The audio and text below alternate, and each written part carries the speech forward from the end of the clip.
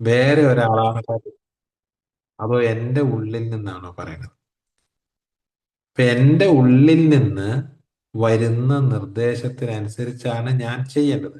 എൻ്റെ ഉള്ളിൽ നിന്ന് വരുന്ന നിർദ്ദേശത്തെ, ശരിയായ നിർദ്ദേശം വരാനും ആ നിർദ്ദേശത്തെ പൂർണ്ണമായും വിശ്വസിക്കാനും ആ നിർദ്ദേശം അനുസരിച്ച് ഞാൻ എൻ്റെ കാര്യങ്ങൾ ചെയ്യാനുമുള്ള ഒരവസ്ഥയിലേക്ക് വളരുമ്പോഴാണ് യഥാർത്ഥത്തിൽ നമ്മളൊരു വിശ്വാസിയായി മാറും.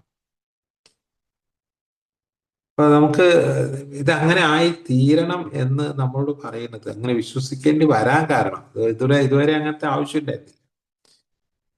നേരത്തെ ഒരു ആവശ്യം ഉണ്ടായിരുന്നില്ല. മദ്യപിച്ചുകൊണ്ട് നടക്കുന്ന സമയത്ത് വിശ്വസിക്കേണ്ട ആവശ്യം ഉണ്ടായിരുന്നില്ല. പക്ഷെ മദ്യപാനത്തിൽ നിന്ന് രക്ഷപ്പെടാനുള്ള ഏറ്റവും എളുപ്പമുള്ള ഒരു മാർഗമായി പറയുന്നത്, ഒരു പൈസ മുടക്കും ഇല്ലാതെ, ഒരു എന്താ പറയാ, നഷ്ടങ്ങളും വരാതെ നമുക്ക് നമ്മുടെ ഉള്ളിൽ നിന്ന് തന്നെ ആ ഒരു വലിയ ശക്തിയെ നമുക്ക് കണ്ടെത്താൻ കഴിയുകയാണ് എങ്കിൽ ഈ ഒരു വലിയ മാരകമായ രോഗത്തിൽ നിന്ന് നമുക്ക് രക്ഷപ്പെടാൻ കഴിയും. ഇങ്ങനെ നമ്മൾ ഒരു വിശ്വാസത്തിലേക്ക് എത്തിയാൽ നമുക്ക് കിട്ടുന്ന ഏറ്റവും വലിയൊരു ഗുണം എന്ന് പറയുന്നത് സമാധാനമാണ്. സമാധാനം. യാതൊരു കാര്യത്തെ ഓർത്ത് നമ്മൾ ഭയപ്പെടുന്നില്ല, സങ്കടപ്പെടുന്നില്ല, ദേഷ്യപ്പെടുന്നില്ല. ഈ മൂന്ന് കാര്യങ്ങളും നമ്മൾ ചെയ്യുന്നില്ല. ആരോടും വെറുപ്പില്ല, വിദ്വേഷമില്ല, വൈരാഗ്യമില്ല. ഒന്നും നമ്മളത് കൊണ്ട് നടക്കുന്നില്ല. അതുപോലെ തന്നെ സ്വാർത്ഥതയില്ല, അലസതയില്ല. ഈ പറഞ്ഞ 7 മാരക പാപങ്ങൾ അടക്കം നമ്മളിൽ ഇല്ലാതാവുന്നു. അത്യാഗ്രഹമില്ല. അത്യാ അത്യാഗ്രഹം കുറഞ്ഞു, സ്വാർത്ഥത കുറയുന്നു, അലസത കുറയുന്നു, അസൂയ പോകുന്നു, അഹങ്കാരം പോകുന്നു. ഞാൻ വലിയ ആളാണെന്നില്ല, വലിയ ആളാണെന്നുള്ള ചിന്ത പോകുന്നു. ഇങ്ങനെയൊക്കെ പോയ ശേഷം ആണെങ്കിൽ മാത്രമേ നമുക്ക് ഈ സമാധാനം എന്ന സാധനം കിട്ടൂ. ഈ പറഞ്ഞ ഏതെങ്കിലും സാധനം ഉണ്ടെങ്കിൽ മനസ്സ് ഇപ്പോഴും അസ്വസ്ഥമായിരിക്കും. അഹങ്കാരം ഉണ്ടെങ്കിൽ ഒരിക്കലും അയാൾക്ക് സമാധാനം കിട്ടില്ല. കാരണം ഈ ഈ അയാളുടെ അഹങ്കാരത്തിന് ഞാൻ പറഞ്ഞതുപോലെ ഒരു കാര്യവും നടക്കുകയല്ലോ. അപ്പോൾ അയാൾക്ക് സമാധാനം ഉണ്ടാവില്ല. അസൂയ ഉണ്ടെങ്കിൽ സമാധാനം ഉണ്ടാവില്ല. അലസത ഉണ്ടെങ്കിൽ അയാൾക്ക് ഒരുപാട് കാര്യങ്ങൾ ചെയ്യാനുണ്ടാവും. അത്യാഗ്രഹം ഉണ്ടെങ്കിൽ അയാൾക്ക് ഒരിക്കലും സമാധാനം ഉണ്ടാവില്ല. ആ, ഈ പറഞ്ഞ ഈ അതൊക്കെ മാരക പാപങ്ങളാണെന്ന് പറയാൻ കാരണം, നമ്മൾ തന്നെ നമ്മളുടെ സമാധാനത്തിന് തുരങ്കം വെക്കുക ചെയ്യും. നമ്മുടെ നമുക്ക് ഒരു മനുഷ്യന് ഈ ബേസിക് ആയിട്ട് വേണ്ട കാര്യങ്ങൾ എന്താണെന്ന് ചോദിച്ചു കഴിഞ്ഞാൽ, ഒന്ന് ആഹാരമാണ്. ആഹാരം, ഭക്ഷണം വേണം. രണ്ടാമത്തത് സേഫ്റ്റിയാണ്, സുരക്ഷിതത്വമാണ്. ആഹാരം വേണം, സുരക്ഷിതത്വം വേണം. പിന്നെ വേണ്ടത് എന്താ? അല്ലെങ്കിൽ പ്രത്യുത്പാദനമാണ്. വേണ്ട ഒരു സ്റ്റേഷനാണ് വേണ്ടത്. പിന്നെ വേണ്ടത് താമസിക്കാൻ ഒരു ഇടമാണ്, ഒരു പാർപ്പിടമാണ്. അതെല്ലാ ജീവികൾക്കും ഉള്ളതാണ് ഈ 4 കാര്യം. പക്ഷികൾക്ക് പോലും ഉണ്ട്. ആഹാരം വേണം, പാർപ്പിടം വേണം, സുരക്ഷിതത്വം വേണം, പ്രത്യുൽപാദനം ഉണ്ട്. അതേപോലെ ഈ ബേസിക് ആയിട്ടുള്ള കാര്യങ്ങളാണ് നമുക്ക് ആഹ് വേണ്ടത്. ഇത് നേടിയെടുക്കാൻ വേണ്ടി നമുക്ക് ഒരുപാട് ആഹ് മാർഗങ്ങളുണ്ട്. ഈ മാർഗങ്ങളൊക്കെ സത്യത്തിന്റെ പാതയിൽ നിന്ന് വ്യതിചലിക്കുമ്പോൾ എന്ത് സംഭവിക്കുന്നു എന്ന് ചോദിച്ചു കഴിഞ്ഞാൽ, നഷ്ടപ്പെടുന്നത് നമ്മുടെ സമാധാനം. ഒരു സംഗതിയിൽ നിന്ന് മാറി ഇതായി കഴിഞ്ഞാൽ സമാധാനം നഷ്ടപ്പെടും. ഈ സമാധാനം ഉണ്ടാക്കിയെടുക്കുക എന്ന് പറയുന്നതാണ് ഏറ്റവും പ്രയാസമുള്ള കാര്യം.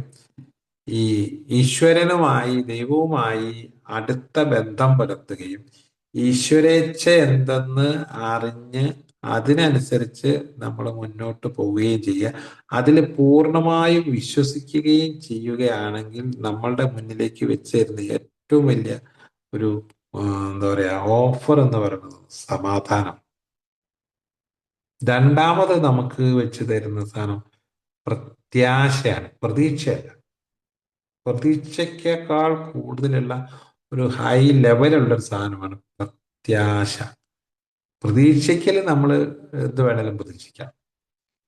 അയാൾ വരുമെന്ന് പ്രതീക്ഷിക്കാം, അല്ലെങ്കിൽ അങ്ങനെ ആവുമെന്ന് പ്രതീക്ഷിക്കാം. അത് നടക്കുമോ നടക്കില്ലയോ എന്നുള്ള സംശയം. പക്ഷെ പ്രത്യാശ എന്ന് പറഞ്ഞത് അതിനല്ല പറഞ്ഞത്. അതായത് അത് നടക്കും എന്ന പൂർണ്ണമായ വിശ്വാസത്തോടു കൂടിയുള്ള ഒരു ആശ. അതാണ് പ്രത്യാശ. എന്തായാലും അത് നടക്കും, ഞാൻ പ്രത്യാശിക്കുകയാണ് എന്ന് വെച്ചാൽ അതിന്റെ അർത്ഥം എനിക്ക് നല്ല ഉറപ്പാണ് അത് നടക്കും, നല്ല വിശ്വാസമാണ്. കാരണം അതിനെന്നെ സഹായിക്കുന്ന ഒരു ഘടകമാണ് ഈ ആ, വിശ്വാസം എന്ന് പറഞ്ഞ ഈ ദൈവത്തിലുള്ള വിശ്വാസം. പിന്നെ ഇതിന്റെ ഏറ്റവും വലിയൊരു ഗുണം എന്ന് പറയുന്നത്, നല്ലൊരു വിശ്വാസിക്ക് ഉണ്ടാകുന്ന ഗുണം എന്ന് പറയുന്നത്, അയാളില് നല്ല കുറെ ക്വാളിറ്റി ഉണ്ടാവും. നല്ല നല്ല നല്ല ക്വാളിറ്റി എന്ന് പറഞ്ഞാല് ആർദ്രത, മറ്റുള്ളവരോടൊക്കെ ഉള്ള ഒരു സ്നേഹം, ഒരു വലിയ സ്നേഹം, അതുപോലെ തന്നെ കരുണ, ദയ, അതുപോലെ തന്നെ വിനയം, എളിമ, ആ, എന്തൊക്കെ ഉണ്ടാവില്ല. ഉണ്ടാവാത്തതാ പറഞ്ഞ ദേഷ്യവും, ഈ പറഞ്ഞ നേരത്തെ പറഞ്ഞ കുറെ കാര്യങ്ങൾ ഉണ്ടാവില്ല. മറിച്ച് ഇത്തരം കുറെ നന്ദി ഉണ്ടാവും അയാൾക്ക്. നന്ദി ഉണ്ടാവും അയാൾക്ക്, ക്ഷമ ഉണ്ടാവും. ക്ഷമയോടുകൂടി കാര്യങ്ങൾ കേൾക്കും. പിന്നെ അയാളെ സഹായം ചെയ്യും. അയാള് ആ, നല്ല സൗഹൃദമായിരിക്കും. ഇങ്ങനെ ഉള്ള ഒരു കുറെ ക്വാളിറ്റിയിലേക്ക് ഇയാൾ വളരുക ചെയ്യും. അപ്പൊ ഇത് ഒരു ഇങ്ങനെ ഒരു മൂന്ന് നാല് ഏഹ്, ഗുണങ്ങളാണ് യഥാർത്ഥത്തില് നമുക്ക് ഈ വിശ്വാസം കൊണ്ട് കിട്ടുന്നത്. സ്നേഹവും ആർദ്രതയും കരുണയും ബഹുമാനവും. നമുക്ക് അതേപോലെ തന്നെ മറ്റുള്ളവരുടെ മുമ്പില് എന്താ പറയാ, മറ്റുള്ളവരാൽ സ്നേഹിക്കപ്പെടാനും അംഗീകരിക്കപ്പെടാനും ബഹുമാനിക്കപ്പെടാനും ഒക്കെ സാധ്യതയുള്ള ഒരു വ്യക്തിത്വമായിട്ട് മാറും. ആ, അതിന് ഉള്ള ഒരു സംഗതിയാണ് യഥാർത്ഥത്തിൽ ഈ വിശ്വാസം എന്ന് പറയുന്നത്. ഇതിന്റെയൊക്കെ അടിത്തറ എന്ന് പറയുന്നത് ഈ വിശ്വാസമാണ്. ഏതിലുള്ള? ഈശ്വരനിലുള്ള വിശ്വാസം. ആ വിശ്വാസം രൂഢമൂലമായി നമ്മളുടെ ആ, അതിസൂക്ഷ്മ മനസ്സിലെത്തുകയും എന്നിട്ട് ആ വിശ്വാസത്തിന്റെ അടിസ്ഥാനത്തിൽ നമ്മൾ നമ്മളുടെ പ്രവർത്തനങ്ങളെ പരിവർത്തനം ചെയ്യുകയും ചെയ്യുക, കർമ്മം ചെയ്യുക. അപ്പൊ ഈ കർമ്മം ചെയ്യുമ്പോഴൊക്കെ ഞാൻ ഈ ഈശ്വരനോട് ചോദിക്കുന്നു, ഇച്ഛകളും ജീവിതവും ദൈവത്തിന്റെ സംരക്ഷണത്തിൽ വിട്ടുകൊടുത്തിട്ട് ഞാൻ അവിടേക്ക് ചോദിക്കുന്നു. എന്നിട്ട് പിന്നെ എന്ന് പറഞ്ഞു പ്രാർത്ഥന, ധ്യാനം എന്നിവയുടെ ധ്യാനം, ആ, ധ്യാനിച്ചുകൊണ്ടേ പ്രാർത്ഥിക്കാവൂ. യഥാർത്ഥത്തിൽ ഈ പ്രാർത്ഥന നമ്മൾ പലപ്പോഴും ഉരുവിടൽ മാത്രമാണ്. ഓ, എന്താ പറയാ, വാമൊഴി മാത്രമാണ്. വായ കൊണ്ട്, നാവ് കൊണ്ട് ഉച്ചരിക്കുന്നവയല്ല യഥാർത്ഥത്തിൽ പ്രാർത്ഥന. ഹൃദയം കൊണ്ടാണ് പ്രാർത്ഥന. നാവ് കൊണ്ട് ഉച്ചരിച്ചു കഴിഞ്ഞാൽ അത് ആര് കേൾക്കാൻ? എവിടെ നിന്ന് കേൾക്കാൻ? വേറൊരാൾക്ക് കേൾക്കാൻ വേണ്ടിയിട്ട് നമ്മൾ ഉയർക്കെ ഉറക്കെ പറഞ്ഞാൽ അങ്ങനെ ഒരു ദൈവം, കേൾക്കാനുള്ള ദൈവമൊന്നുമില്ല. യഥാർത്ഥ പ്രാർത്ഥന അവനവന്റെ ഉള്ളില് അവന്റെ മനസ്സുകൊണ്ട് ആ, വളരെ തീവ്രമായി നടക്കേണ്ട ഒരു സംഗതിയാണ്. ദൈവവുമായുള്ള നല്ല സമ്പർക്കത്തിന്റെ ഫലമായി ദൈവത്തിനോട് നമ്മൾ കൊടുക്കുന്ന റിക്വസ്റ്റ് ആണ് യഥാർത്ഥത്തിൽ പ്രാർത്ഥന. റിക്വസ്റ്റ് അത് ദൈവത്തെ മുന്നിൽ കണ്ടുകൊണ്ട് അല്ലെങ്കിൽ അനുഭവിച്ചുകൊണ്ട് ആ ദൈവത്തോട് നമ്മൾ റിക്വസ്റ്റ് ചെയ്യുക, ഇങ്ങനെ ഒരു സംഗതി എനിക്ക് തരണം. അങ്ങനെ ദൈവത്തിന് എൻ്റെ കയ്യിലുള്ളത് എനിക്ക് എനിക്ക് തരാൻ വേണ്ടി ദൈവത്തിന്റെ കയ്യിലുള്ളത് ചോദിച്ചിട്ടേ കാര്യമുള്ളൂ. ഇല്ലാത്തത് ചോദിച്ചിട്ട് കാര്യമില്ല. എനിക്ക് 1 കോടി രൂപ വേണമെന്ന് പറഞ്ഞിട്ട് ദൈവത്തിനോട് ചോദിച്ചാൽ ദൈവം അത് കൊണ്ടുതരാൻ ദൈവത്തിന്റെ കയ്യിൽ ഇല്ലല്ലോ. അങ്ങനെ പൈസ കൊണ്ട് നടക്കുന്ന ഒരാളല്ലല്ലോ. അപ്പോ ചോദിക്കാൻ പറ്റുന്ന സംഗതികൾ 3 കാര്യങ്ങളാണ് നമ്മൾ ആൽക്കഹോളിക്സ് അനോണിമസ് പറയുന്നത്. ഒന്ന്, പ്രശാന്ത മനസ്ഥിതി. മാറ്റുവാൻ പറ്റാത്തവയെ ഉൾക്കൊള്ളാനുള്ള പ്രശാന്ത മനസ്ഥിതി അതെനിക്ക് തരാൻ പറ്റും. അത് ദൈവത്തിന് സുഖമായിട്ട് തരാം. നീ ശാന്തിയായി ശാന്തനായി. രണ്ടാമത്തത് എനിക്ക് ചോദിച്ചാൽ തരുന്ന ഒരു സംഗതി എന്ന് പറയുന്നത് ധൈര്യമാണ്, പവർ, ശക്തി. ഈ ശക്തി ചോദിച്ചാൽ അത് ദൈവത്തിന് എനിക്ക് തരാൻ പറ്റും. എൻ്റെ ഉള്ളിൽ ഇരുന്നു കൊണ്ട് തന്നെ എന്നെ നല്ല ശക്തനാക്കി മാറ്റാൻ കഴിയും. ഈ നേരത്തെ ഇരിക്കുന്ന ആളല്ല, അയാൾ കുറച്ചും കൂടി ഉന്മേഷത്തോടു കൂടി എഴുന്നേറ്റ് പ്രവർത്തനങ്ങളൊക്കെ ചെയ്യാനുള്ള ശക്തി. അതേപോലെ അവനവനെ തിരിച്ചറിഞ്ഞ് അവനവന്റെ ഉള്ളിലെ മോശം കാര്യങ്ങളൊക്കെ മാറ്റണമെങ്കിലും വേണം വലിയ ശക്തി. അപ്പൊ ഈ ശക്തിയാണ് ചോദിച്ചാൽ തരുന്ന രണ്ടാമത്തെ സാധനം. മൂന്നാമത്തെ ഒരു സാധനം എന്ന് പറഞ്ഞാൽ തിരിച്ചറിവാണ്, വിവേകം. വിവേകം, അതായത് വേണ്ടത് ഏത് വേണ്ടാത്തത് ഏത് എന്ന് തിരിച്ചറിവാണ്. ചെയ്യേണ്ടത് ഏത് ചെയ്യേണ്ടാത്തത് ഏത് എന്നുള്ള, അതായത് ഈ പറഞ്ഞ ചെകുത്താന്റെ ഭാഗം ഏത്, ഈശ്വരന്റെ ഭാഗം ഏത്, ഈശ്വരീയത ഏത് എന്നുള്ളത് ഒരു തിരിച്ചറിവുണ്ടാവണം. അതും ദൈവത്തിന് തരാൻ പറ്റും. ഇങ്ങനെ മൂന്ന് കാര്യങ്ങൾ ചോദിക്കാനാണ് ആൽക്കഹോളിക്സ് അനോണിമസ് പറഞ്ഞിട്ടുള്ളത്. ഈ ദൈവവുമായിട്ടുള്ള അടുത്ത ബന്ധം പുലർത്തിക്കൊണ്ട് മൂന്ന് കാര്യങ്ങൾ ചോദിക്കാം. അത് ചോദിച്ചാൽ കിട്ടണമെങ്കിൽ വേണ്ട ഒരു ഏറ്റവും വലിയ ഒരു ക്വാളിറ്റി എന്ന് പറയുന്നതാണ് വിശ്വാസം എന്ന്. എന്നിട്ട് ഇപ്പൊ നമ്മൾ ആൽക്കഹോളിക്സ് അനോണിമസിൽ വന്നപ്പോൾ നമുക്ക് വിശ്വസിക്കേണ്ടി വന്നതാണ്, കേം ടു ബിലീവ്. കാരണം ഈ ഒരു വിശ്വാസത്തിലൂടെ നമ്മൾ പോയാൽ മാത്രമേ നമുക്ക് മദ്യപാനത്തിൽ നിന്ന് മാറി നിൽക്കാൻ കഴിയുള്ളൂ എന്ന് മാത്രമല്ല, വളരെ രസകരമായ ഒരു ജീവിതം നയിക്കാനും പറ്റുള്ളൂ. മദ്യപാനത്തിൽ നിന്ന് മാറി നിന്നിട്ട് കഷ്ടപ്പെട്ട് ജീവിക്കുന്നതിനേക്കാളും ഇഷ്ടപ്പെട്ട് ജീവിക്കണമെങ്കിൽ നമ്മളിൽ മാറ്റങ്ങൾ ഉണ്ടാവും. ഇപ്പൊ നേരത്തെ ഉണ്ടായിരുന്ന ജീവിത രീതിയിൽ നിന്ന് ആൽക്കഹോളിക്സ് അനോണിമസിൽ വരുമ്പോൾ ഒരു പുതിയ ജീവിത രീതിയിലേക്ക് ഒരു ചേഞ്ച് ഓവർ വരണമെങ്കിൽ ഈ പറയുന്ന വലിയ ശക്തിയുടെ സഹായം കൊണ്ട് മാത്രമേ കഴിയൂ. അതിൻ്റെ ഒരു കാരണം പറയുന്നത് ഞാൻ കഴിഞ്ഞ ആഴ്ച പറഞ്ഞതാണ്. നമുക്ക് ദുർബലനായ മനുഷ്യന് ആരുടെയെങ്കിലും ഒരു കൈത്താങ്ങില്ലാതെ മുന്നോട്ട് പോകാനാവില്ല. ഒരു കൈത്താങ് എല്ലാ മനുഷ്യർക്കും നിർബന്ധമാണ്, കൈത്താങ്. പക്ഷേ ഒരു പ്രായപൂർത്തി ആയ ആൾക്ക് ആരാണ് കൈത്താങ് നൽകാനുള്ളത്? കൂട്ടുകാരനോ അച്ഛനോ അമ്മ ഏതായാലും നിർത്തി, പിന്നെ ഉണ്ടായിരുന്ന ഗുരുക്കന്മാരും നിർത്തി, പിന്നെ ഭാര്യയുടെയോ മക്കളുടെയോ ഒരു കൈത്താങ് ഇല്ലാതെ നിൽക്കാൻ പറ്റാത്തതാണ് മനുഷ്യൻ. അവിടെയാണ് കൈത്താങ്ങിന് വേണ്ടി നമ്മൾ ഈ പറയുന്ന വലിയ ശക്തിയെ അഭയം പ്രാപിക്കുന്നത്. എൻ്റെ കാര്യങ്ങൾ നോക്കാനും എനിക്ക് ശരിയായ നിർദ്ദേശം തരാനും എന്നെ മുന്നോട്ട് നയിക്കാനുമുള്ള ഒരു ഗൈഡായിട്ട് ഈ ഈശ്വരനെ വെച്ചു. മാത്രമല്ല, എനിക്ക് മുന്നോട്ട് നയിക്കാനുള്ള എല്ലാ ശക്തിയും ഊർജവും ഇതൊക്കെ ഓജസ്സും ഒക്കെ തരാനുള്ള ആളുമാണ്. നീ മുന്നോട്ട് പോയിക്കോ, ഞാൻ കൂടെ ഉണ്ട്, അത് തരാം എന്ന് പറഞ്ഞ് തരാൻ പറ്റുന്ന കുറച്ച് സാധനമുണ്ട്. അത് ഫീൽ ചെയ്ത് വാങ്ങണമെങ്കിലും ഈ പറയുന്ന വിശ്വാസത്തിലേക്ക് പോയാൽ മാത്രമേ നടക്കുള്ളൂ. അപ്പോൾ അങ്ങനെ ചെയ്ത് ആക്കി കഴിഞ്ഞാൽ മാത്രമാണ് നമുക്ക് എന്താ പറയാ നല്ല ധർമ്മങ്ങൾ ചെയ്യാൻ പറ്റും. നമുക്ക് യഥാർത്ഥ നമ്മുടെ ജീവിതത്തിന്റെ ലക്ഷ്യത്തിലേക്ക് നമുക്ക് അടുക്കാൻ കഴിയണമെങ്കിലും ഇതാണ്. ഓക്കെ, അപ്പൊ ഏതായാലും ഇതൊക്കെ ആണെങ്കിൽ പോലും അത് നമ്മളൊന്ന് തിരിച്ചറിയേണ്ട, വിശ്വാസത്തിലേക്ക് പോകാൻ തടസ്സം വരുന്ന ഘടകങ്ങൾ എന്തൊക്കെയാണെന്നും കൂടെ നോക്കിക്കഴിഞ്ഞാൽ നമുക്ക് എളുപ്പം കയറി പോകാൻ പറ്റും.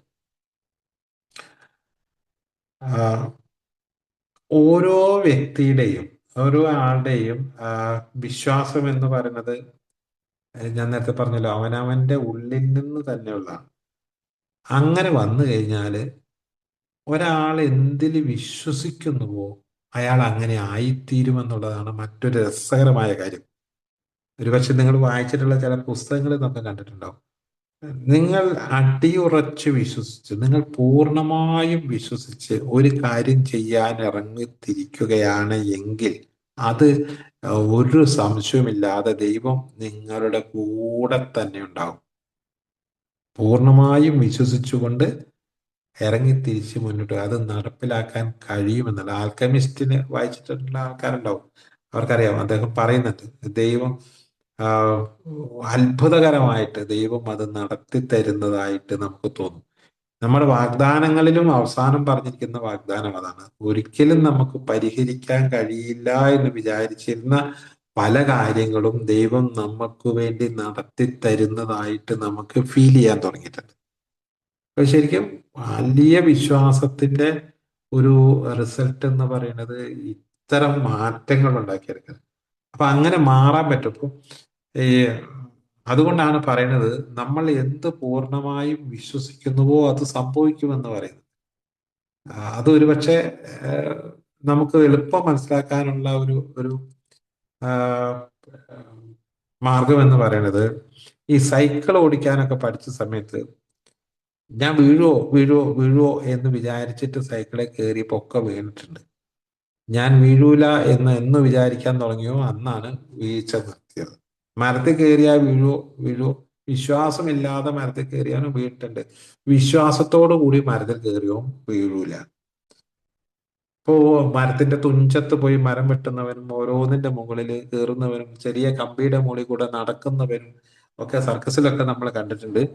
ആ ചെറിയ ഒരു കമ്പിയുടെ മുകളിൽ കൂടി കുറേ അങ്ങ് വലിച്ചു കെട്ടിയിട്ട് നടക്കുന്ന ആളൊക്കെയാണ്, ബാലൻസ് പിടിച്ച് നടക്കുന്നത്. അവരെ സംബന്ധിച്ചിടത്തോളം 100% അവര് അങ്ങോട്ട് എത്തുന്നത് അവര് വീഴൂല എന്ന അവരുടെ വിശ്വാസമാണ്. എന്നാൽ നമ്മൾ കയറിയാൽ അത് കയറുകയില്ല, കയറിയാൽ വീഴുകയും ചെയ്യാൻ കാരണം അത് മുന്നോട്ട് പോകുമെന്ന് നമുക്ക് വിശ്വാസമില്ലാത്തതുകൊണ്ട്. ഇപ്പൊ യഥാർത്ഥത്തിലുള്ള ഒരു വിശ്വാസി ആയി കഴിഞ്ഞാൽ അത് എന്താ പറയാ, അങ്ങനെ ആയിട്ട് അത് എന്താണോ ആവേണ്ടത് അതിൽ പൂർണ്ണമായും വിശ്വസിച്ചുകൊണ്ട് മുന്നോട്ട് പോയി കഴിഞ്ഞാൽ അത് നടപ്പിലാവും. അതുപോലെ തന്നെ നമുക്ക് ആൽക്കഹോളിക്സ് അനോണിമസിനെ സംബന്ധിച്ച് പറയുകയാണെങ്കിൽ, ഇനി ഉള്ള കാലം മദ്യരഹിതമായി ജീവിക്കാൻ എന്നെ കൊണ്ട് സാധിക്കും. എനിക്ക് പൂർണ്ണമായ വിശ്വാസമുണ്ട്. കാരണം എൻ്റെ ഉള്ളിൽ ഈശ്വരനുണ്ട്. അതുകൊണ്ടൊരു മദ്യരഹിതമായ മദ്യമില്ലാതെ തന്നെ സുന്ദരമായി ജീവിക്കാൻ എനിക്ക് കഴിയും എന്നുള്ളത് പൂർണ്ണമായും. എന്നാൽ എങ്ങനെയാ കുടിക്കാതെ എങ്ങനെയാ ഇപ്പൊ ജീവിക്കുക? എന്തിനാ ഇപ്പൊ ഇത്രയും കാലം കുടിക്കാതിരിക്കണത്? എല്ലാ കാലവും കുടിക്കാതിരിക്കണം എന്നൊക്കെ ചിന്തിച്ചുകൊണ്ടാണ് ഈ ഏല് വരുന്നതിന് മുമ്പ് കുടി നിർത്തിയത്. എല്ലാം അങ്ങനെ എനിക്ക് പറ്റുമോ അങ്ങനെ എന്നുള്ള സംശയത്തോടു കൂടി നിൽക്കുന്ന ആൾക്കാരൊക്കെ വീണു പോയിട്ടുണ്ട്. രക്ഷപ്പെടും തോന്നുന്നില്ല. അസുഖത്തിന് ചികിത്സിക്കാൻ പോകുമ്പോഴും മരുന്ന് കുടിക്കുമ്പോഴും പോലും ഈ വിശ്വാസം വേണം. അത്ര വിശ്വാസത്തിന് ഭയങ്കര റിസൾട്ട് ഉണ്ടെന്നാണ് പറഞ്ഞത്. ഒരു മരുന്ന് കുടിക്കുമ്പോൾ ആ രോഗം മാറും എന്ന് പൂർണ്ണമായും വിശ്വസിച്ചു കുടിക്കുന്നതും, എനിക്കറിയില്ല മരുന്ന് എങ്ങനെയുണ്ടെന്നുള്ളത്, കുടിച്ചിട്ട് എന്താ കാര്യം ഉണ്ടോന്നല്ല, പിന്നെ ഡോക്ടർ തന്നല്ലേ കുടിച്ചേക്കാം എന്ന് വിചാരിച്ചു കുടിക്കുന്നതും രണ്ടും രണ്ട് റിസൾട്ടാണ് ഉണ്ടാക്കുന്നതെന്നാണ് മനഃശാസ്ത്രം പറയുന്നത്. മാറും എന്ന് ഒരേ ഗുളിക രണ്ടു പേർക്ക് കൊടുക്കുന്നു, ഒരേ അസുഖത്തിന്. രണ്ടുപേർക്ക് ഒരാൾക്കും അസുഖം മാറുക ഒരാൾക്ക് മാറാതിരിക്കുകയും ചെയ്യാനുള്ള ഒരു കാരണം എന്ന് പറയുന്നത് ഈ വിശ്വാസമാണ് അത്രേ. മറ്റേയാള് പൂർണ്ണമായും ആ ഡോക്ടറെ വിശ്വസിക്കുന്നു, എന്തായാലും ഈ രോഗം മാറിയിരിക്കുമെന്ന് വിശ്വസിക്കുന്നു. ആ ആ വിശ്വാസം കൊണ്ട് തന്നെ അയാളുടെ ഉള്ളിൽ അതിനനുസരിച്ചുള്ള ഒരു പ്രോഗ്രാമിംഗ് നടക്കുന്നു. എന്നാൽ വിശ്വാസമില്ലാത്ത ഒരാളാണ് ഇത് കുടിക്കണമെങ്കിൽ അയാളുടെ ഉള്ളിൽ അതിനനുസരിച്ചുള്ള ഒരു പ്രോഗ്രാം നടക്കുന്നു. അപ്പോൾ അയാളുടെ രോഗത്തിന് ശമനം ഉണ്ടാകുന്നില്ല. ഇപ്പൊ വിശ്വാസം എന്ന് പറയുന്നത് ഒരു ചില്ലറ കാര്യമല്ല. അത് ഈ വലിയ ശക്തിയിൽ വിശ്വസിച്ചാൽ ആ ശക്തിയെ എന്നോട് എന്തു പറയുന്നു എന്ന് കേൾക്കാനുള്ള ഒരു ഒരു രീതി നമ്മൾ സ്വയം ഡെവലപ്പ് ചെയ്യേണ്ടതാണ്. അങ്ങനെ ഡെവലപ്പ് ചെയ്യാൻ നമ്മൾ നിർബന്ധിതരാണ്, വിശ്വസിക്കേണ്ടി വന്നവരാണ്. അങ്ങനെ ഡെവലപ്പ് ചെയ്ത് ആ ഈശ്വരനുമായിട്ടുള്ള ഒരു സമ്പർക്കം വളരെ ശക്തമാക്കി ഉണ്ടാക്കിയെടുക്കാൻ വേണ്ടി പഞ്ചേന്ദ്രിയങ്ങളെ അടച്ച് ഒരു കുറച്ചു നേരം ധ്യാനത്തിലിരുന്ന് നമുക്ക് ആ ഈശ്വര സങ്കല്പത്തില് ഒരു എന്താ പറയാ ഒരു സങ്കല്പം ഉണ്ടാക്കി വെച്ച് ആ സങ്കല്പത്തിലുള്ള ഈശ്വരമായിട്ട് സംവദിച്ച് ആ കിട്ടുന്ന മറുപടിക്കനുസരിച്ച് ഞാൻ എൻ്റെ പ്രവർത്തികൾ ഏകോപിപ്പിച്ച് ഞാൻ എന്നിട്ട് ധൈര്യത്തോടു കൂടി മുന്നോട്ട് പോകും. അപ്പൊ ഒരുപാട് ഗുണങ്ങളുള്ള ഒരു വലിയ സംഗതിയാണ് ഇത്. ആഹ്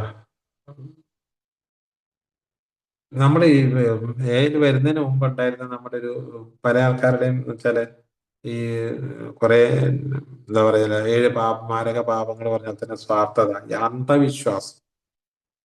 അന്ധവിശ്വാസമായിരുന്നു ഒരു ഘട്ടത്തിലുണ്ടായിരുന്നത്. അതായത് ഈ ഏതെങ്കിലും ഒരു നേരത്തെ പറഞ്ഞ പോലെ പ്രത്യേക സന്ദർഭങ്ങളിൽ കയറി പ്രാർത്ഥിക്കുക, അത് അന്ധമായിട്ട് പ്രാർത്ഥിക്കുക, എന്തെങ്കിലും ആവട്ടെ എന്ന് വിചാരിച്ചിട്ട് ചെയ്യുന്ന കുറെ കാട്ടിക്കൂട്ടുന്ന കുറെ സംഗതികളൊക്കെ ഉണ്ടായിരുന്നു.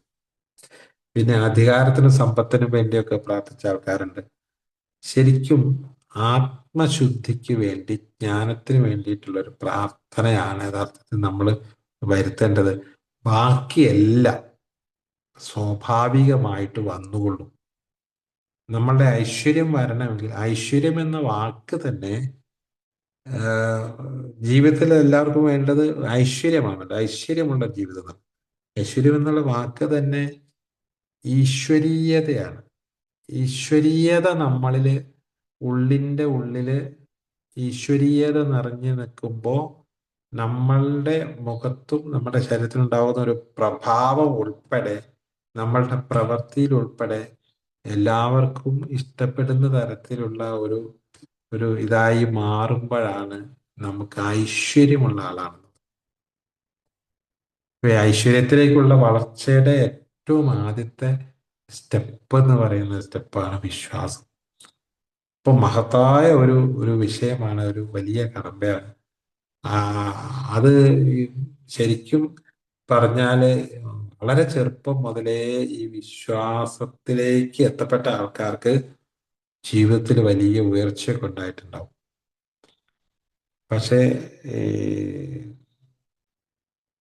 ദൈവത്തെക്കുറിച്ചുള്ള അന്ധമായ ചില ധാരണകളുമായിട്ടാണ് ഞാനൊക്കെ വളർന്നിട്ടുള്ളത്. അതുകൊണ്ടുണ്ടായ ചില പ്രശ്നങ്ങളാണുള്ളത്. പക്ഷെ ഇതൊക്കെ മനസ്സിലാക്കി തുടങ്ങിയത് ഇപ്പോഴാണ്. അപ്പോഴാണ് ഇനി ഒരു ഈശ്വരനിലേക്കുള്ള പാത എന്ന് വെച്ചാൽ, ഈ ഞാൻ എന്നെ കുറിച്ച് അറിയുക എന്നുള്ളത്. ഈശ്വരനെ കുറിച്ച് അറിയുക എന്ന് പറഞ്ഞാൽ ഞാൻ എന്നെ കുറിച്ച് അറിയുക, എൻ്റെ ഉള്ളിലേക്ക് നോക്കി ഞാൻ എന്താണ്, ഞാൻ എങ്ങനെയാണ് എന്നുള്ളത് എൻ്റെ ആത്മാവിലേക്ക് നോക്കി എന്നെ കണ്ടെത്തി എന്നെ പ്യൂരിഫൈ ചെയ്യാനുള്ള ഒരു ശ്രമം നടത്തുമ്പോഴാണ് ഞാൻ നേരത്തെ കഴിഞ്ഞ ദിവസം പറഞ്ഞതുപോലെ ഈ ആത്മീയതയുടെ തലങ്ങളിലേക്ക് പോകുക. ആത്മീയത തലങ്ങൾ ഒന്നാമത്തെ എൻ്റെ കുറവുകൾ ഞാൻ ഉൾക്കൊള്ളാനും സമ്മതിക്കാനും തയ്യാറാവും. എന്നിട്ട് തെറ്റുപറ്റി കഴിഞ്ഞാൽ ഞാൻ സമ്മതിക്കുകയാണ്, ഞാൻ ക്ഷമ ചോദിക്കുകയാണ്, ഞാൻ നന്ദി പറയുക, ഞാൻ സ്നേഹം പ്രകടിപ്പിക്കുകയാണ്. ഇതൊക്കെയാണ് ഈ ആത്മീയതയുടെ ഒരു സഹായിക്കുകയാണ്. എല്ലാ ഞാൻ നുണ പറയാ, സത്യം പറയാ, എപ്പോഴും സത്യം പറയാ, നീതിമാനും ധർമ്മിഷ്ഠനും ഒക്കെ ആയിട്ടുള്ള ന്യായത്തിന്റെയും ഭാഗത്ത്, ശരിയുടെയും ഭാഗത്തൂടെ സഞ്ചരിക്കുന്ന ഒരു വ്യക്തി ആകുമ്പോഴാണ് യഥാർത്ഥത്തിൽ ആ ആത്മീയ തലങ്ങളിലുള്ള ആളാണെന്ന് പറയാ. ഈ ആത്മീയ തലങ്ങളിലൂടെ ആചാര്യനാണ്, ഗുരുവാണ്, അല്ലെങ്കിൽ ഡിപ്പാർട്ട്മെന്റ് ഹെഡാണ് യഥാർത്ഥത്തിൽ ഈശ്വരൻ എന്ന് പറയുന്നത്. ആ ഈശ്വരനിലുള്ള അടിയുറച്ചൊരു വിശ്വാസം ഉണ്ടെങ്കിലാണ് നമുക്ക് മുന്നോട്ട് ഐശ്വര്യത്തോട് പോകാൻ കഴിയുക എന്ന് പറഞ്ഞുകൊണ്ട്, ഇതിലെ ഉള്ള കുറേ ആൾക്കാരുടെ ഇങ്ങനെ സഞ്ചരിച്ചപ്പോൾ കിട്ടിയിട്ടുള്ള അനുഭവങ്ങളുടെ ഒരു വിശദീകരണമാണ് ഈ കെയിം ടു ബിലീവ് എന്ന് പറയുന്നത്. ഓരോരുത്തരും ഞാൻ എങ്ങനെയാണ് വിശ്വസിക്കേണ്ടി വന്നത് എന്ന് ഓരോരുത്തരുടെ അനുഭവങ്ങളിലൂടെ വിശദീകരിച്ചിരിക്കുന്നതാണ് ആ പുസ്തകം. ഏതായാലും അത് ഓരോരുത്തരുടെ അനുഭവം എടുത്ത് ഇവിടെ എങ്ങനെയാണ് വിശദീകരിക്കാന്ന് എനിക്കറിയില്ല. ഏതായാലും അതിൻ്റെ ഒരു ടോട്ടലി ഇതാണ്. ഇനി എനിക്ക് തോന്നുന്നത് നമ്മൾ ഓരോരുത്തരും ഈ ഈ എങ്ങനെ ഞാൻ വിശ്വാസത്തിലേക്ക് വന്നു എന്ന് സ്വയം എഴുതുകയാണ് വേണ്ടത്.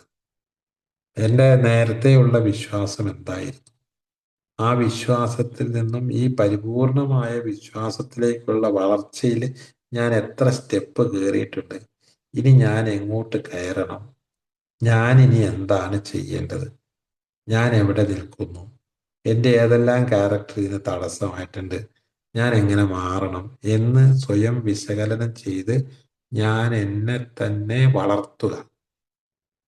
എൻ്റെ ആത്മീയതയെ ഞാൻ വളർത്താൻ വേണ്ടി ശ്രമിക്കുമ്പോഴാണ് ഈ നമുക്ക് വളർച്ച ഉണ്ടാവുന്നത്. അങ്ങനെ നമ്മൾ ചെയ്യാൻ വേണ്ടി നമ്മൾ നിർബന്ധിതനാണ്. എന്തുകൊണ്ട്? മദ്യാസക്തനായതുകൊണ്ട്.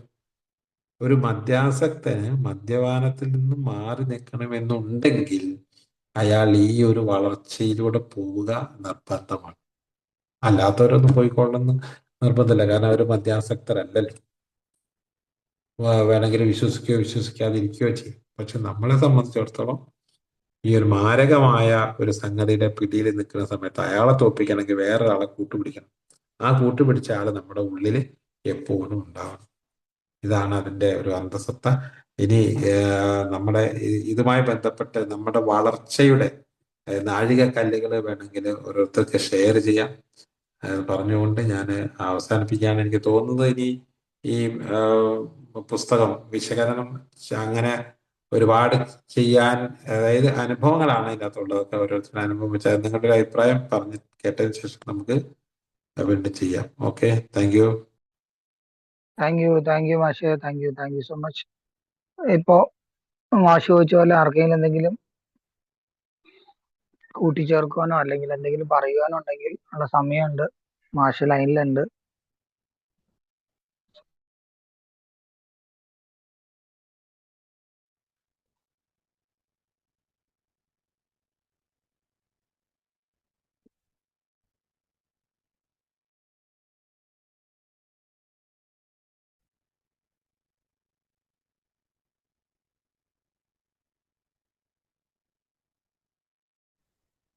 മാഷ ഇനി പറയുമ്പോ ആ ബുക്ക് നമ്പർ പേജ് നമ്പറേ അതും കൂടി പറയുകയാണെങ്കിൽ ഉപകാരമാകുന്നത്. പിന്നീട് റെക്കോർഡ് കേൾക്കുമ്പോഴാണേലേ നോക്കാലോ. ഓക്കെ പറയാം. ഓരോ പേജ് നമ്പർ എടുത്തിട്ട് നമ്പർ ഒന്ന് പറഞ്ഞാൽ പിന്നീട് എപ്പോഴെങ്കിലും റെക്കോർഡ് കേൾക്കുമ്പോൾ ആ ബുക്ക് നോക്കാലോ.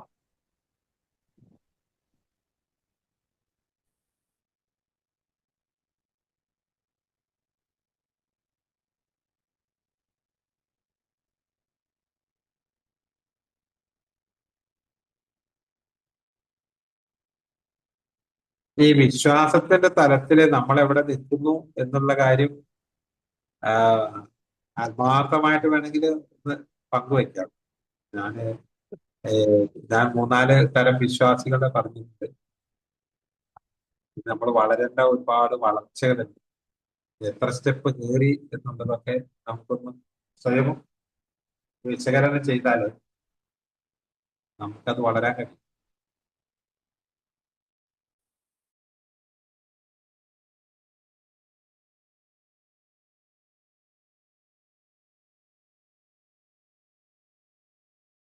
സുഹൃത്തുക്കളെ, നമുക്കൊരു 18 മിനിറ്റും കൂടി ഉണ്ട്. നമ്മൾ മൊത്തത്തിൽ 21 പേരുണ്ട്. ആർക്കെങ്കിലും എന്തെങ്കിലുമൊക്കെ ചോദിക്കാം. മാഷ് പറഞ്ഞ പോലെ വിശ്വാസത്തെ കുറിച്ച്.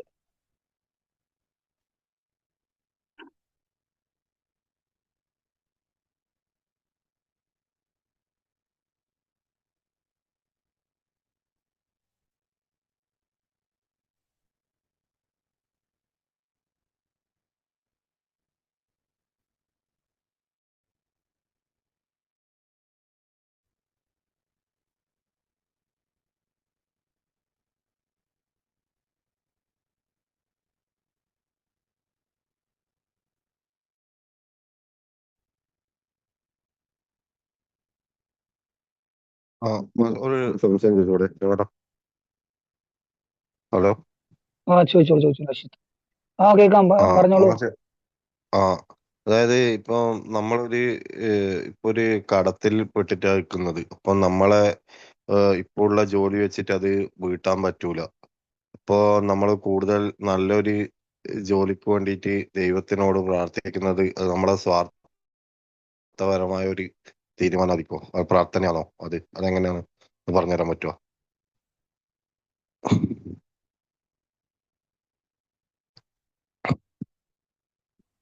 ആ ആ, നല്ല ചോദ്യമാണ്. സാധാരണഗതിക്ക് നമ്മൾ പ്രാർത്ഥിക്കുന്നത് അങ്ങനെയാണ്, എനിക്കൊരു നല്ല ജോലി ഉണ്ടാക്കി തരണമേ എന്നാണ് പ്രാർത്ഥിക്കുന്നത്. അല്ലെങ്കിൽ എനിക്ക് സമ്പത്ത്, ഏഹ്, പൈസ ഇല്ല, കടമാണ്, എനിക്ക് കുറച്ച് പൈസ ഉണ്ടാക്കി തരണം എന്നാണ് പ്രാർത്ഥിക്കുന്നത്. പക്ഷേ ഈ ജോലി, ഏഹ്, സമ്പത്തും ഏഹ്, നമ്മളല്ലേ ചെയ്യണ്ടേ? അല്ലാണ്ട് നമുക്ക് ഇത് എവിടെന്നെങ്കിലും ആരും ഏഹ്, ഒരു അത്ഭുതം പോലെ കൊണ്ടുവന്ന് തരുമെന്നാണ് നമ്മൾ വിചാരിച്ചിട്ടാണ് ഈ ഒരു സംഗതി. യഥാർത്ഥത്തിൽ നമുക്ക് കിട്ടേണ്ടത് ഇത്, അതിനുള്ള ഒരു മനസ്സും അതിനുള്ള അവസരങ്ങൾ കണ്ടെത്താനുള്ള ഒരു ശ്രമമാണ് വേണ്ടത്. ഇപ്പൊ ജോലി ഉണ്ട്, ജോലി എല്ലായിടത്തും ഉണ്ട്, പക്ഷെ അത് നമ്മളുടെ ദൃഷ്ടിയിൽ ഇപ്പൊ ഇല്ല. അപ്പൊ നമുക്ക് കിട്ടേണ്ടത് ഏഹ്, എന്താ പറയാ, ആ ജോലി കണ്ടെത്താനുള്ള ഒരു ഒരു മനസ്സ്, ഒരു സമയം, ഒരു സമയം വരുമ്പോൾ നമുക്ക് ആ കൃത്യസ്ഥലത്ത് എത്താനുള്ള ഒരു ഒരു തോന്നലൊക്കെ ഉണ്ടാവണം. അതാണ് നമുക്ക് വേണ്ടത്. എന്റെ ഒരു പറഞ്ഞ പോലെ തന്നെ സമ്പത്ത് നമുക്ക് കൊണ്ടുതരില്ല. സമ്പത്ത് ഉണ്ടാക്കണമെങ്കിലും നമ്മൾ എന്തെങ്കിലുമൊക്കെ ചെയ്തിട്ടാണ് നമുക്ക് സമ്പത്ത് വർദ്ധിക്കുക. അപ്പൊ അത് നമുക്ക് നമ്മൾ ചെയ്യണം. എന്നാൽ അത് വിശ്വസിച്ചുകൊണ്ട് ചെയ്തു കഴിഞ്ഞാല് നമുക്കത് ലഭിക്കും. അപ്പൊ ചെയ്യല് നമ്മളാണ് ആദ്യം ചെയ്യേണ്ടത്. നമ്മളൊക്കെ പഠിച്ചിട്ടുള്ള ഒരു വലിയ ആപ്തവാക്യമുണ്ട്: താൻ പാതി ദൈവം പാതി. ഇതില് വിശ്വസിച്ചുകൊണ്ട്, പൂർണ്ണമായും വിശ്വസിച്ചുകൊണ്ട് നമ്മൾ മുന്നിട്ടിറങ്ങിയാൽ, നമ്മൾ പകുതി എത്തിയാൽ തന്നെ ബാക്കി പകുതി അത്ഭുതകരമായി ദൈവം ചെയ്തു തരുന്നതായിട്ട് നമുക്ക് ഫീൽ ചെയ്യും. അതാണ് നമ്മൾ വാഗ്ദാനങ്ങളിൽ പറഞ്ഞിട്ടുള്ള കാര്യങ്ങൾ ഇത് തന്നെയാണ്. ഏ- അത്രമാത്രം വിശ്വസിച്ചുകൊണ്ട് വിശ്വസിക്കാൻ നമ്മളാണ് ചെയ്യേണ്ടത്, നമ്മളാണ് ഇറങ്ങേണ്ടത്. ഇറങ്ങി അന്വേഷിക്കുക, കാര്യങ്ങളൊക്കെ ചെയ്യേണ്ടത്. പക്ഷെ അന്നേരമൊക്കെ വേണ്ടത് കിട്ടും കിട്ടും കിട്ടും എന്നുള്ള വിശ്വാസത്തോടു കൂടിയാണ് നമ്മൾ പോണത്. കാരണം പൂർണ്ണമായും വിശ്വസിച്ചിട്ടാണല്ലോ പോണത്. അപ്പോഴെന്തായാലും കിട്ടി. ജോലി കിട്ടൂല കിട്ടൂല കിട്ടൂല എന്ന് വിചാരിച്ചുകൊണ്ടാണ് പോകുന്നതെങ്കിൽ കിട്ടാതെയും. അതാണ് ഇത് പറയുന്ന ഒരു സംഗതി. ചെയ്യേണ്ടത് ഞാനാണ്, പൂർണ്ണമായും വിശ്വസിച്ചുകൊണ്ട് ഞാൻ ചെയ്യാൻ ഇറങ്ങിയാൽ നമുക്കത് സാധിക്കുകയും ചെയ്യും. അങ്ങനെ സാധിക്കാൻ വേണ്ടി ഉള്ളത് നമ്മുടെ കയ്യിൽ അതിനകത്ത് പറഞ്ഞ കുറെ ക്വാളിറ്റികളുള്ള ആളാണെങ്കിൽ തീർച്ചയായിട്ടും അത്ഭുതം പോലെ അത് ചെയ്യുമെന്നാണ് എനിക്ക് മനസ്സിലാവുന്നത്. എനിക്ക് കഴിഞ്ഞ ഒരു വർഷം മുമ്പ് ഒരു വലിയ അനുഭവം ഇതേപോലെ ഉണ്ടായിരുന്നു. എനിക്ക് അഡ്മിഷനുമായി ബന്ധപ്പെട്ട്, മോന്റെ ഒരു അഡ്മിഷനുമായി ബന്ധപ്പെട്ട് ഞാൻ വിശ്വസിച്ചുകൊണ്ട് ഇറങ്ങി തിരിഞ്ഞ അന്വേഷണം നടത്തി. ഒരിക്കലും പ്രതീക്ഷിക്കാത്ത ഒരു സ്ഥലം അത്ഭുതകരമായിട്ട് ആ അവരെ അഡ്മിഷൻ, അത് എങ്ങനെയാണ് കിട്ടിയതെന്നോ അയാൾ എങ്ങനെ കണ്ടു എന്നൊന്നും പോലും എനിക്കറിയില്ല. ഞാൻ അത് വിശ്വസിക്കുന്നത് ആ ദൈവം എനിക്ക് വേണ്ടി കൊണ്ടു തന്നു. പക്ഷെ അതിന്, ആ അഡ്മിഷന് വേണ്ടി ഞാൻ എത്രയോ ആ, എന്താ പറയാ, മാസങ്ങൾ ഞാൻ എന്ത് ചെയ്തിട്ടുണ്ട്, ഞാൻ ഇറങ്ങിയിട്ടുണ്ട്, അന്വേഷണവുമായിട്ട് ഇറങ്ങിയിട്ടുണ്ട്.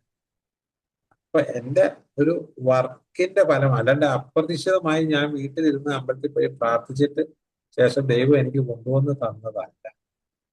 മറിച്ച് ഞാൻ എത്രയോ കാലം അന്വേഷിച്ചതിന്റെ ഫലമായിട്ട് അത്ഭുതകരമായിട്ട് എനിക്ക് കിട്ടിയതുമാണ്. അപ്പൊ എന്റെ ഒരു അനുഭവം ആണ് ഞാൻ പറഞ്ഞത്. ഒരുപക്ഷെ ഇങ്ങനെ ആവാം അതെന്നാണ് എനിക്ക് തോന്നുന്നത്. ഓക്കെ.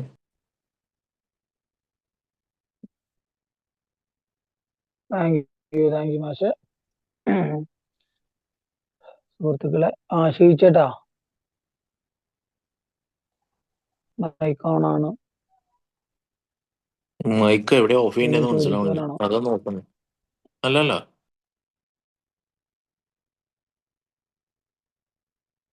സുഹൃത്തുക്കളെ, അടുത്ത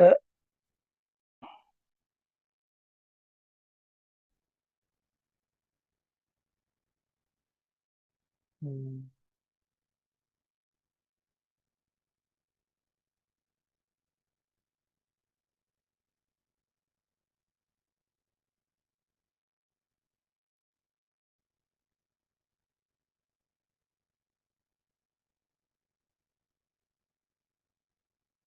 ഉം. സുഹൃത്തുക്കളെ, ആരെങ്കിലൊക്കെ കടന്നു വരിക. ചോദിക്കാല്ലേ, ഒരു സംശയമില്ലേ ഈ വിശ്വാസത്തെ കുറിച്ച്? ഹലോ.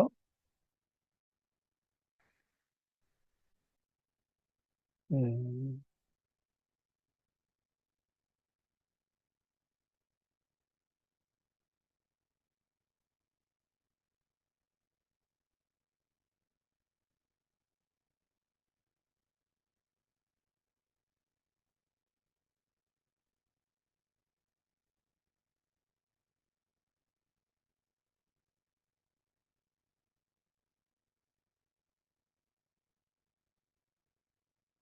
അതുപോലെ നമ്മുടെ വേണ്ട സമയം പോയിക്കൊണ്ടിരിക്കുകയാണ്. മാഷ് ലൈനിലുണ്ട്. ഉം.